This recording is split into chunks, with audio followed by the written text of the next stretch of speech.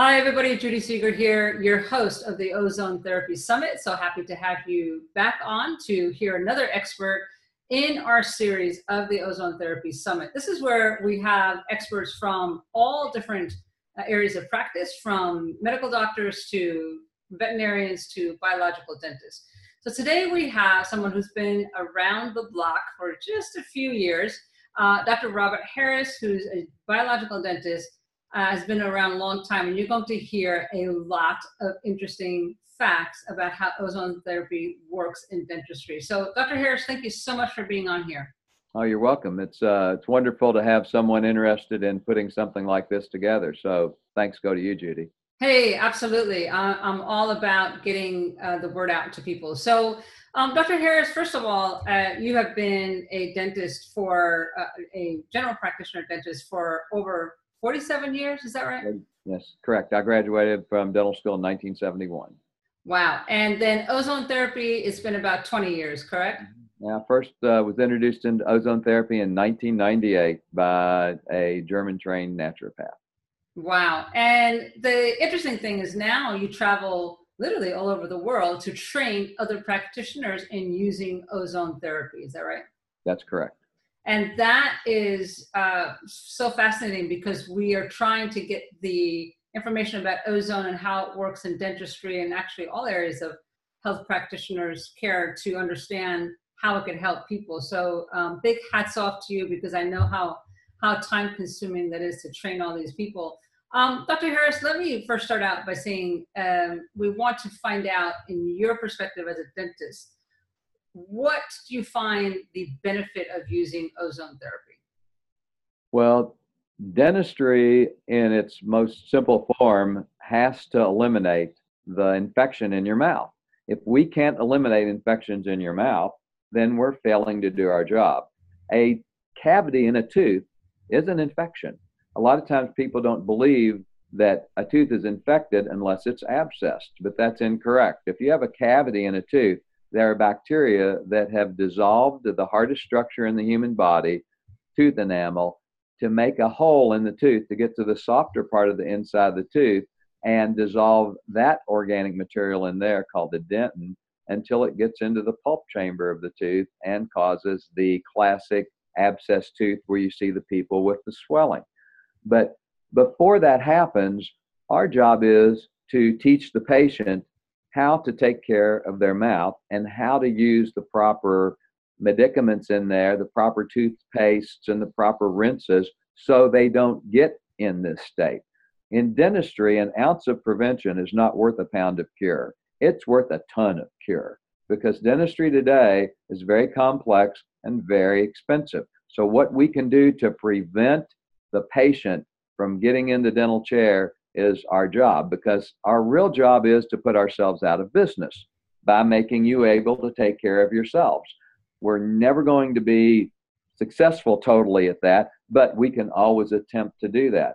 So the first thing we do is when the patient comes in, doctor means teacher, and we start educating them. And if they don't want to be educated, they're in the wrong office, because some of them just say, I'm here, you fix me, I don't even want to know anything about what you're doing. I want them to be a participant in their health care because the teeth are connected to the rest of the body, as you know, as a naturopath.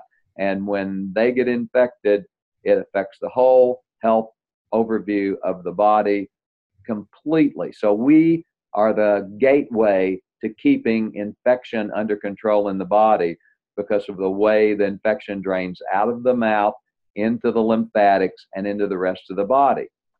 If you have infected teeth and if you have all these problems going on, the actual lymphatic system that's in your brain, called the fourth brain now by certain researchers, it was discovered in 2015 at the University of Virginia Medical School.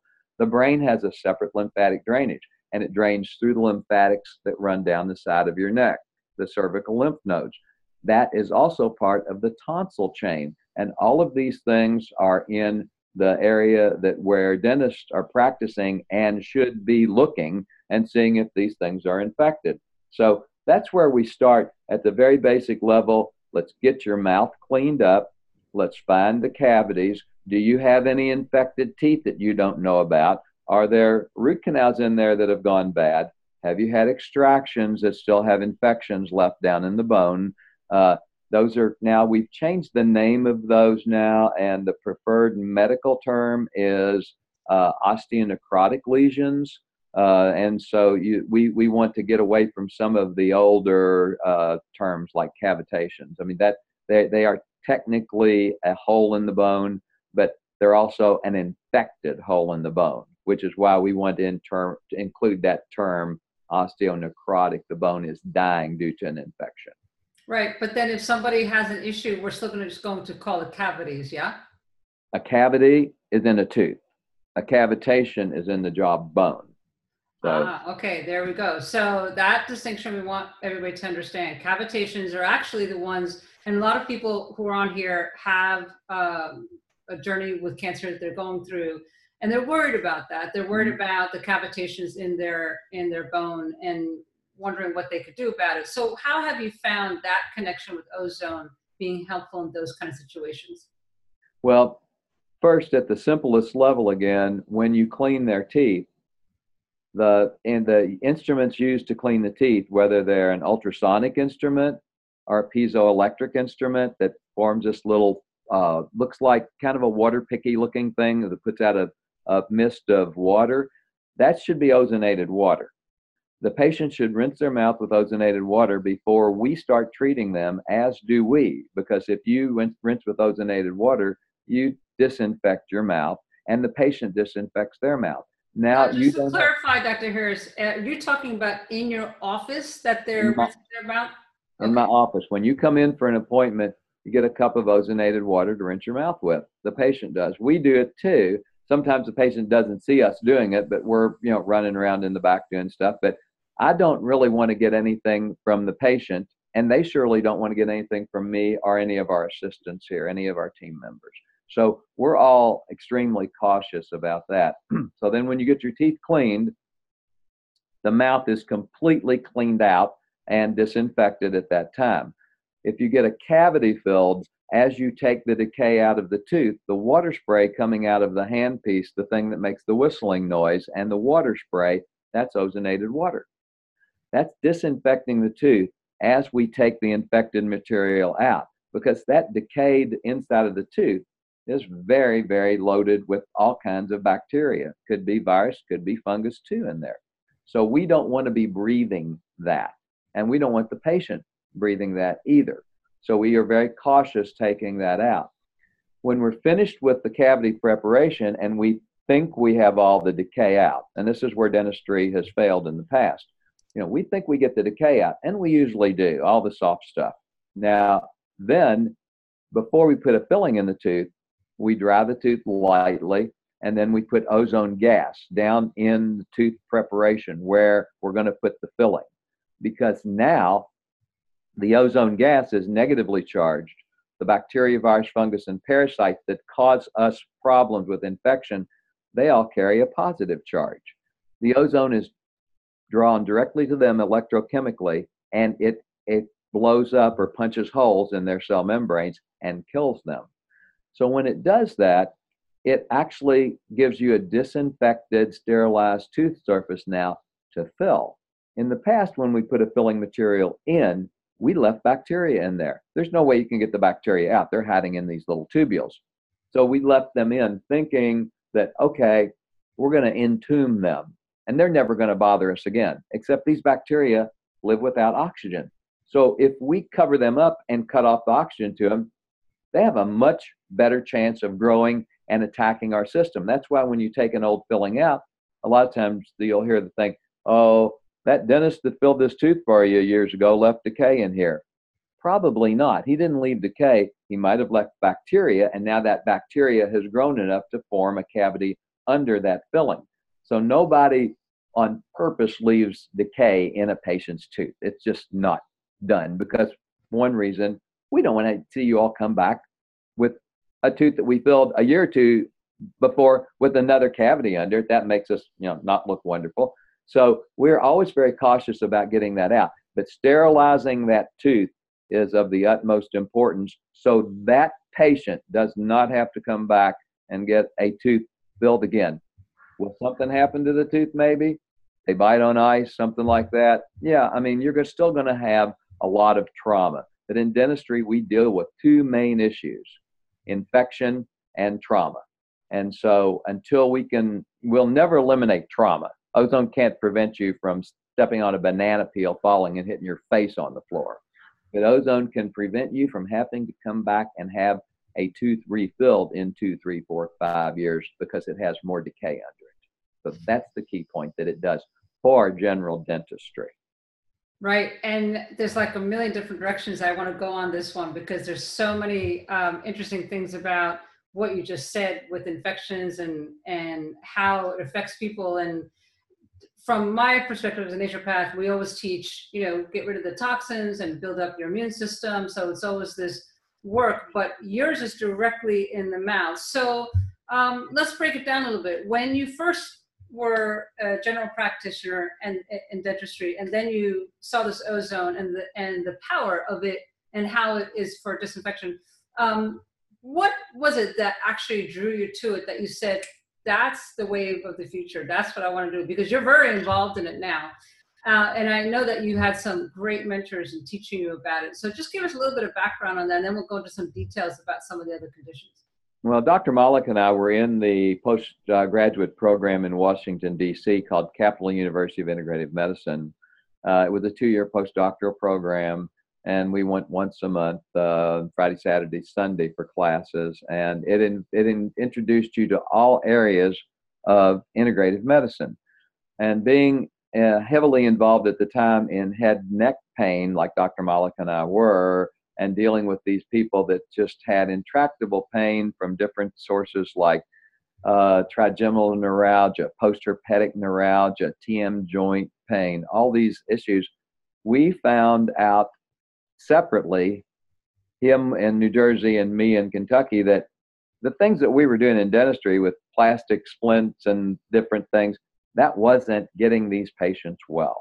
So we needed to bring other practitioners in with us or other techniques. So we took that program, and about the June, July of 1998 was the first year we were in the program, is when we were introduced to ozone, and the concept we were introduced to it with was ear infections. And the guy introducing it to us said, I can teach you how to cure ear infections without any antibiotics or anything, and I'm going to show you how to do it. So first he did ear candles, which are the little things that look like cotton candy holders, and we put it in our ears and lit it. I thought, yeah, well, I'm not going to get into that in the dental office, because I have a lot of naturopaths around the Kentucky, Southern Indiana area that do a lot of these really nice things for the patients. So you can't be all things to all people. So I like a team involved. That's what I have here in the local area with, a couple of physicians, a couple more dentists, several chiropractors, several naturopaths. We all work together on the patient, because then one of us will always end up being the quarterback of the patient because of where does their primary problem lay.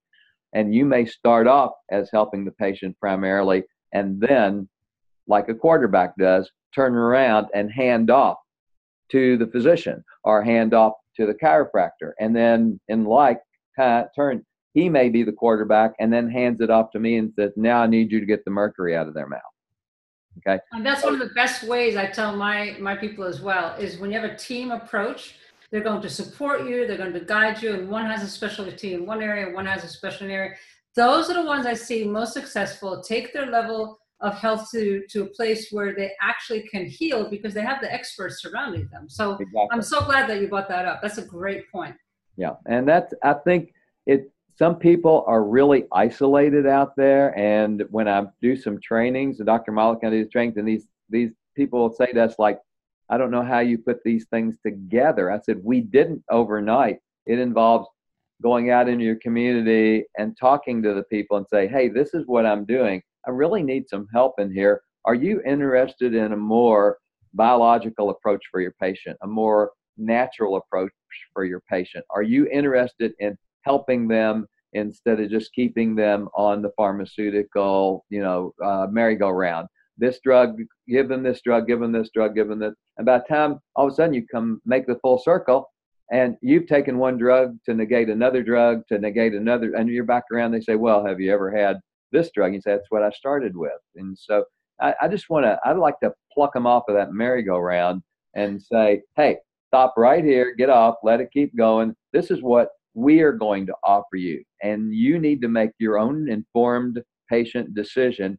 Let's give you some information. Let's let you decide what you want to do with your health. And so I have a really fine MD here, Dr. Rafael Cruz. He does IV ozone, IV vitamin C's. He was trained at the Reardon Clinic. He also trained with Dr. Schallenberger. And I introduced him to ozone. And he was, at first, when I first started talking about it, he's like, what? Yeah, you just see him draw back from you like this. You go, no.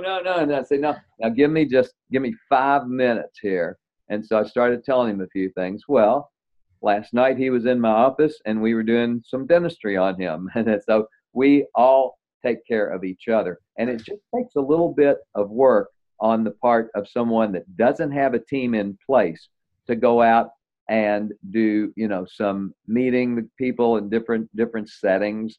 And Louisville now has a twice a year naturopathic program put on by the naturopaths here that brings everybody together: physicians, dentists, chiropractors, the whole gamut, massage therapists, craniosacral therapists.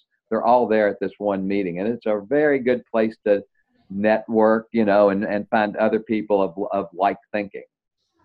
So let's get into the conditions, because we really need to have people understand the different ways that you've been using ozone successfully and how it's working with, from gum disease to root canals and mercury macula.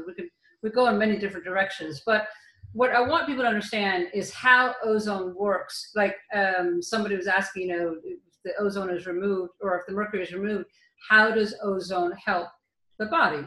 And so those are kind of things that we'd like to touch on, because the viewers, like I say, most of them or many of them have been affected by cancer on some level, either themselves or their family. And mercury, of course, is a big issue. Root canals are a big issue. And so we want to get into and understand the connection in their mouth and what that all means. So let's start out with either way. We could start out with the mercury or the root canals. Well, the overlying problem with any chronic illness in the body is hyperacidity, too much acid in your body. And acid carries a positive charge. Oxygen carries a negative charge. So Dr. Otto Warburg, back in the 1920s, did research, and he found that cancer can't live where there's oxygen. If you deprive oxygen from a cell long enough, it suddenly becomes cancerous. And so one thing that you want to do is make sure the body is alkaline and not acid. Infection is also acid. So everything that's bad for us is acidic. So we need to work on becoming more alkaline. And to do that, you've got to get rid of all the things that make us acid, like infections.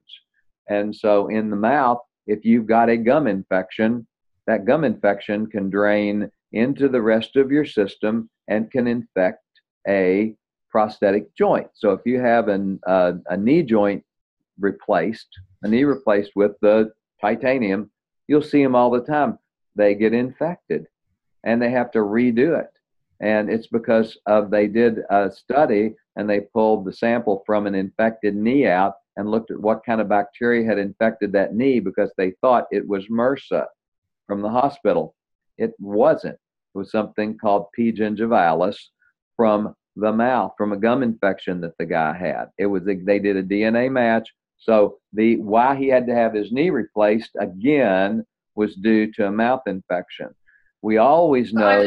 Wait, jump in here, Dr. Harris. This is so interesting, because I believe, like you, that everything is connected in your body, and the teeth especially, but people don't know. Let's do this. How can a person who is having an issue, like you just said, an infection somewhere else in the body, you said that there's a DNA match for this guy who went through this. But typically, how can a person find out if the infection in their mouth is connected with their disease? Connected with what? With the disease. With something that's going on. Well, a lot of times the people will come in and they'll say, I've got a special test. I can do this and tell you exactly what bacteria you've got in your mouth that's causing a problem for you. And then I'm supposed to buy that test and do it on the patient.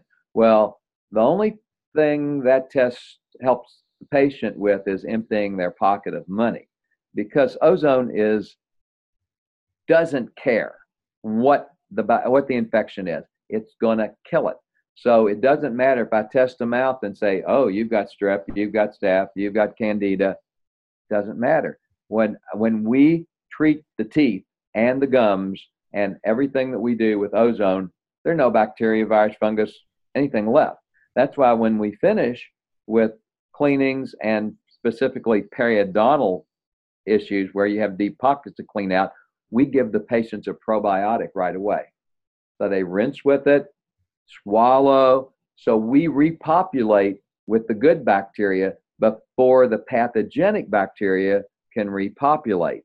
And that's a very important factor there. Okay. So the ozone is killing the pathogen and the probiotic is building up the healthy bacteria. Exactly. So, and so that's what and when you look at why do people have particular problems with mercury or root canals or all this kind of stuff, it's really kind of interesting because I'll have patients come in, they've got 14, 15, 20 mercury amalgams. They've got a couple root canals that don't look great. They're 75 or 80 years old. They smoke cigarettes. They drink. And they're not sick. Right. So that's a brilliant point, because people will say, well, how come they're smoking, drinking, and having this horrible time and they don't have any disease? So let's talk about that. Right. And so I've had patients come in just recently, a patient of mine that's been a patient since the 1970s, never smoked. She's got lung cancer. How'd that happen? Another patient, her daughter came in yesterday. She had polyps in her sinus. They went in to clean them out. They're cancerous. She's got adenocarcinoma. I mean, there's something else in their immune system that's not working. That's why when I look at the patients like that, I just don't tell them the dental story. I tell them, look, there's something that I use every day called GCMAF yogurt. And that GC is a protein. MAF means macrophage activating factor. So when you take that particular type of yogurt and you increase the probiotics in your gut, you activate the macrophages, which eat up all the bad cells in our body. And so it's like baking a cake. If I said, hey, Judy, I want you to bake me a cake, and I want a chocolate cake. So here's a couple eggs and some flour and some milk. I'll be back tomorrow and pick up the cake. You say, oh, great. But I'd say, and you have to stay in this room. Okay. You say, well, I can't make a cake in this room. I don't have an oven. Oh, okay. We can go in the kitchen. There's the oven. So now you're in the cake. But this isn't my kitchen. I don't have bowls. Oh, you want bowls? Okay. So we have to give you bowls. Okay. You say, well, if I'm making you a chocolate cake, you didn't give me any chocolate. Oh my gosh, what do we got? Okay, we got to give you chocolate. Okay. Then you find out that the human body and nutrition is like baking a cake. You can't have individual things present by themselves and do the job that the body needs to be done. It all has to be there at the right time, in the right place, at the right temperature. Okay, so that's what it takes. So I always use that as a little explanation to patients. Why do I need to take this multivitamin? Because that's the easiest way. It may not be the best, but it's way better than nothing. And so I usually start them off with something like that and then bring them into the yogurts and bring them into other stuff, because the mouth is the mirror of the body. If you come in and you're losing bone around your teeth and you think you have osteoporosis, well, the bone turns over 10 times faster in your mouth than anywhere else in your body. So we can see osteoporotic changes before the MDs will pick it up on any kind of scans on you. So if you're getting really, aggressive bone loss, that's just not happening in your mouth. It's happening other places too. You just can't see it yet. And so that's why I always look at everything. We do oral cancer exam. We look at tonsils and vocal cords. We look at everything. Check the lymphatics here, because all of your lymphatics drain right here under your collarbone. So the upper right quadrant of your body, from your waist up your midline, down the center of your head, all drains under your right collarbone, called the right subclavian or right lymphatic duct. Your right little toe drains under your left collarbone. So the other 3/4 of your body has to drain all the way up to here. So if you're not getting the right nutrients, the right amount of hydration in water, and you're not getting the right type of food and rest and some exercise, because lymphatics don't have valves, or it's not pumped by heart, it's got to be moved by you moving, then you've got some problems there. So I counsel them on that, as do the rest of my team members. They'll tell, did Dr. Harris talk to you about da-da-da? Did he talk to you about this? Did he talk to you about that?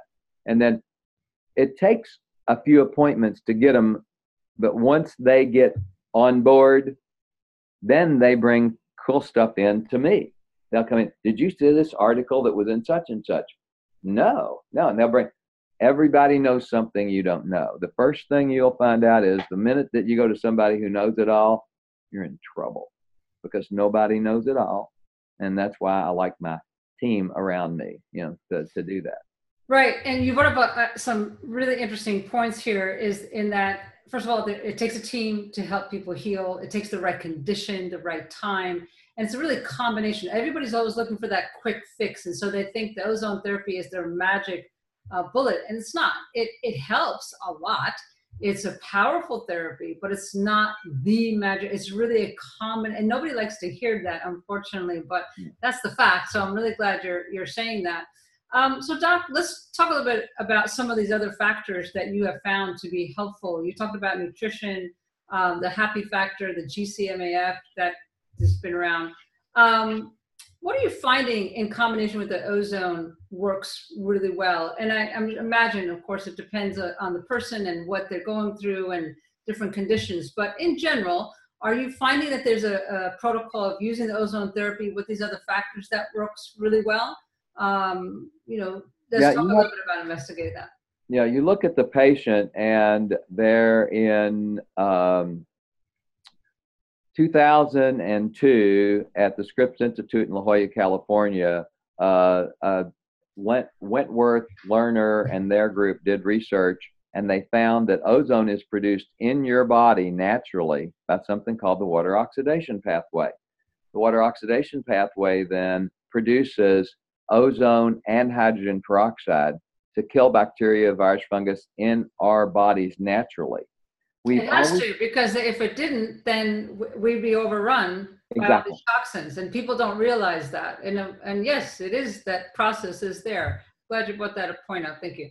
Yeah, and so what I looked at then in that water oxidation pathway of how ozone and hydrogen peroxide are produced, there was some real interesting things in there. One was, without IgG, ozone can't be produced, neither can hydrogen peroxide. So if your immunoglobulin G is down, you can't adequately produce ozone and hydrogen peroxide. We would give IV ozone to some of our patients who were real sick. They can get better, just like you said. It's not a magic bullet. Why? But if you started combining some IgG containing nutrients, they would get somewhat better. But then there's another part of the pathway in which zinc plays a key element. Without zinc, then the IgG doesn't form properly. So when my patients come in and they're really sick, they've got Lyme, chronic fatigue, all this stuff, we get a nutritional panel done on them by Dr. Cruz and Dr. Nunez, and say, let's see where you are. Where's your vitamin D level? 26. Oh my gosh, 26. Had a patient yesterday. Her vitamin D level came back 26. Well, I want it 75, maybe 100. I want it way up more than that. So does Dr. Cruz, Dr. Nunez. So we're going to look at her from the standpoint of, she can't just take 1,000 IUs of D a day and get that back up to where it needs to be. She's going to have to take 10,000. maybe 20,000 to get it back up of D3, not the D2 or D1, D3.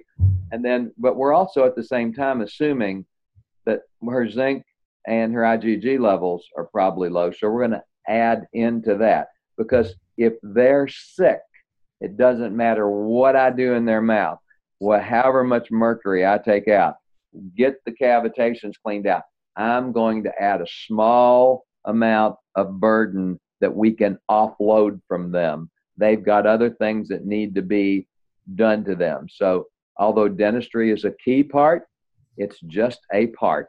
And you need to realize that, because sometimes you'll get, oh, if we take these mercury fillings out, all of your MS problems are going to go away.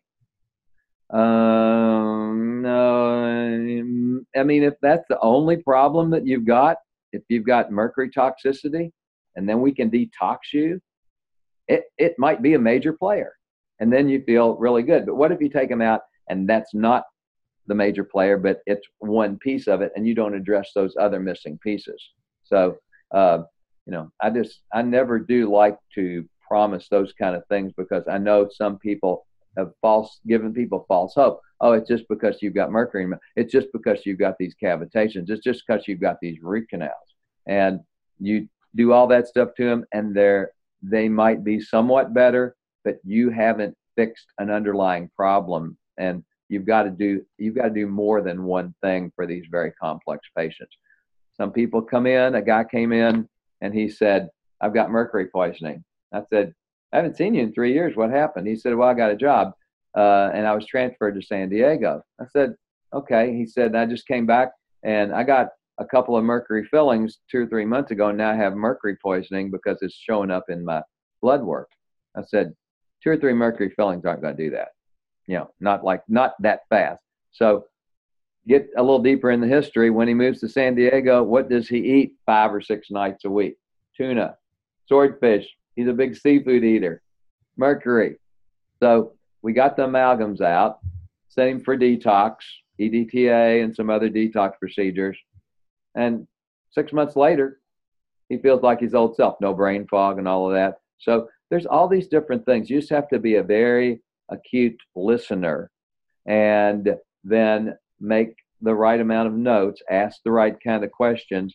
And normally the patient will diagnose themselves if you can just take enough time to listen to them. Right, and that's a great point. The challenge is people want to know practically what they could do at home. So let's just go into a few things. You mentioned about taking care of their teeth, making sure that they're using basic hygiene, which they know. They don't always do it, that we know. But the challenge, one of the challenges they're looking at is, what kind of natural substance can they use? Some people are doing oil pulling. Some people are using ozone, ozonated olive oil to put on their gums and that kind of stuff. So what do you recommend things that they could do practically at home, Doc?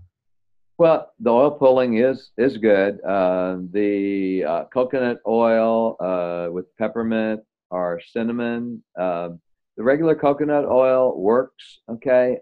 I personally prefer the cinnamon. I just like that little bit of a zip that it gives the coconut oil. I've used sesame oil before, and it's okay, and it does work.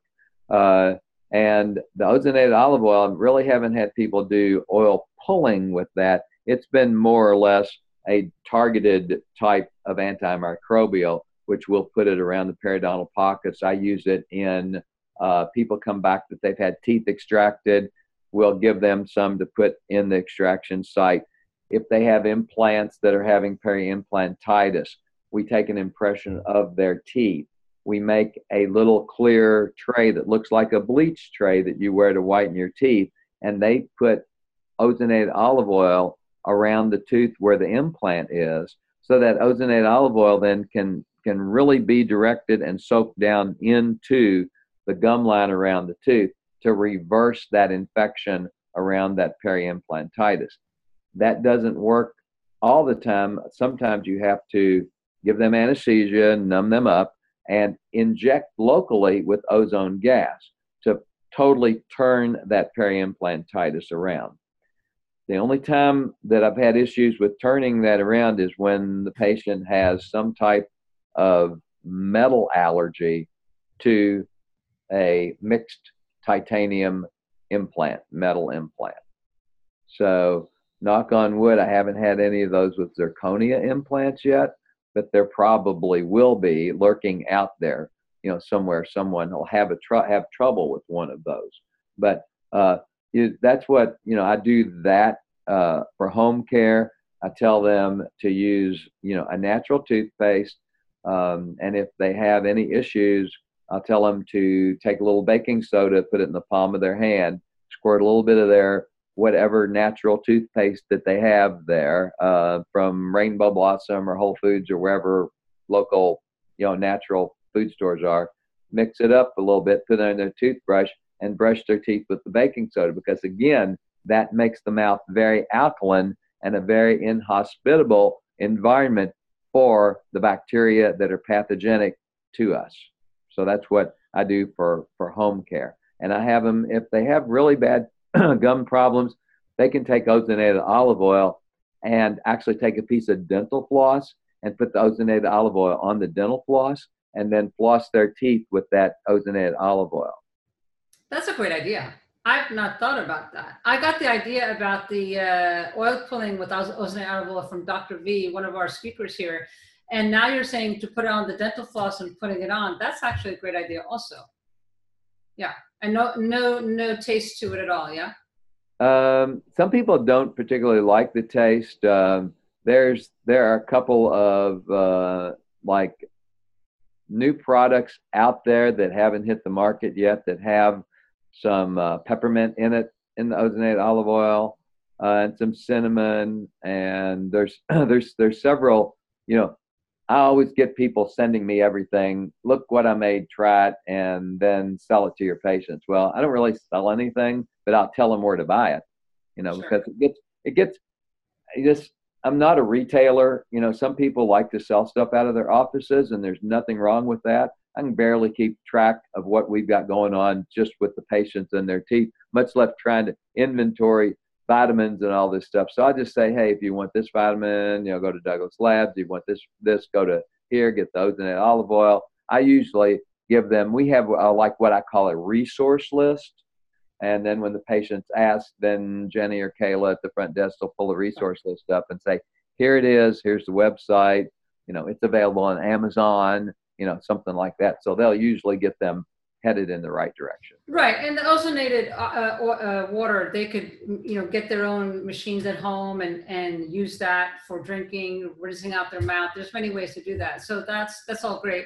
Going back to when you put the ozonated gas into the pockets, just to walk us through that a little bit, because first of all, it always sounds painful, although I've had clients tell me how good it feels after. Yeah. The purpose of that, though, is to put it in the base of the gum so that you're getting rid of the infection. Is that right? Well, there's two ways to deliver the ozone in there. One is with a syringe and a needle and inject into the soft tissue. For that, you need ozone that is, completely, pure, made from medical grade oxygen.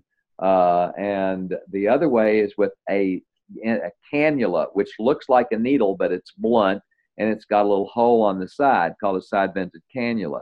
And you gently put that down to the base of the pocket in the tooth, and then you slowly express the ozone gas into the pocket, and you'll see bubbling up come out of the pocket, because when you do, the bacteria, virus, fungus, parasites are all being exploded, and they're releasing gases. And when ozone is put in there and it reacts with the fluid environment, it will produce peroxides, and it'll bubble these peroxides up and out of the pocket.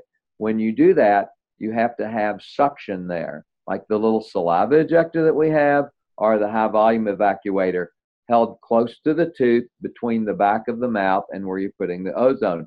Then all the gas that you're putting in there is scavenged out, so the patient and me and the assistant don't breathe ozone gas. I mean, you can breathe a little bit of it, but you don't want to breathe it all day long. And so and we never have any problems with that. Some people go to really extremes of putting silicone cups over teeth and all this kind of stuff, and that's fine if they want to do that. we have found it very effective just to make sure you've got enough suction between the back of the mouth and where you're applying the ozone. And then I've never had any issues doing it that way. So that's interesting that you said that it kills it instantly and you actually see it bubbling up. I don't think people realize how fast ozone therapy works, which is why I want you guys to all talk about this, because it's instant. It's just like that. It's instant and it comes out. And then when you suck it out, then it gets rid of the ones that are dying off. Plus, if you add the detox and everything else. So that's a powerful way to get rid of anything that doesn't belong in the body. And when you have been working with people on this, Doc, do you see them ever get up off your chair and see and say, I feel the difference? I mean, have you had any patients like that? They say my mouth feels really clean. Everything in the office smells really clean and all of that. The speed you're talking about, how ozone kills, I have a slide in one of the lectures that we do that has two glasses sitting there. One glass has 3,500 bacteria in it. The other glass has 3,500 bacteria. If you put one molecule of ozone in the glass and then you put 3,500 molecules of bleach in the other glass, it will take 4,500 seconds for the bleach to kill all the bacteria in this first glass. It takes the ozone 1 second to kill them all. Okay. Now, when I first saw those numbers, my math brain went like crazy, because I'm very left brain science. Don't talk to me about anything if you can't prove it. Okay. So I went and I started doing the research on that. And what I found was that the reason it happens so fast is because the ozone molecule actually kills a bacteria by blowing a hole in the bacteria membrane. That membrane is composed of lipids and proteins. So when that happens, the ozone molecule actually starts what's a little chain reaction and causes a lipoperoxide to be formed. That lipoperoxide is toxic to an untouched bacteria next to it, and that lipoperoxide goes and kills that bacteria. And then that one dies and kills this bacteria. And it's a chain reaction. It's like a match starting a forest fire. In university in Scotland, they did studies on this chain reaction, called propagation, and they verified that it works that fast because it's electron transfer, and electrons move at the speed of light. Now, if we could put ozone across the board in more places than they're using chlorine, we'd be so much better off. Well, chlorine, when chlorine breaks down, it leaves trihalomethanes. Trihalomethanes are carcinogens. Right. When ozone breaks down, it leaves oxygen and water and lipoperoxides. Those are all good for you. When ozone in the upper atmosphere, when it's formed by the sun, it takes an O2 molecule, splits it apart into O and O, and it'll transiently join up with an O2 molecule forming O3, heavier than air, and falls back down to Earth.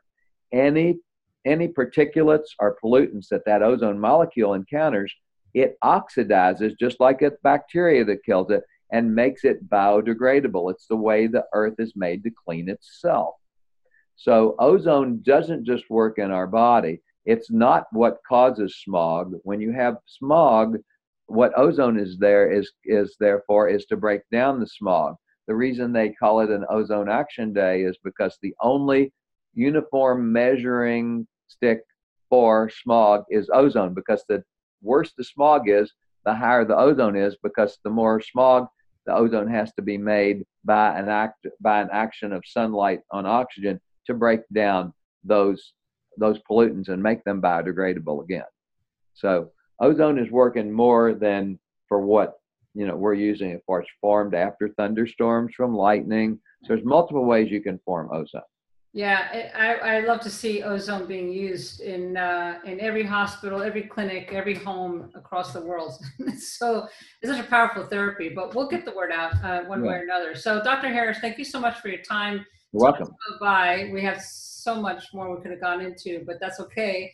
we'll do this again. So thank you for your time. I appreciate you. And those of you who are watching, thank you for being on here. We are going to have information about Dr. Harris and his work in Kentucky. If anyone wants to contact him, yes, there's a waiting list, we know, but at least he could guide you in the right direction, because as you see, it takes a team to heal all of you. So we're going to get that information to you. So thank you again, and we'll catch you on the next episode. Okay. And one other thing. Yes.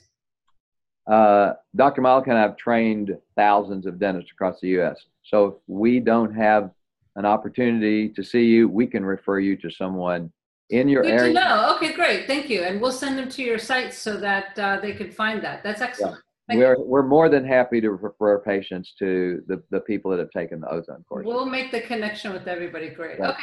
Thank you. Thank you, Judy. This is a huge undertaking, and good luck with it.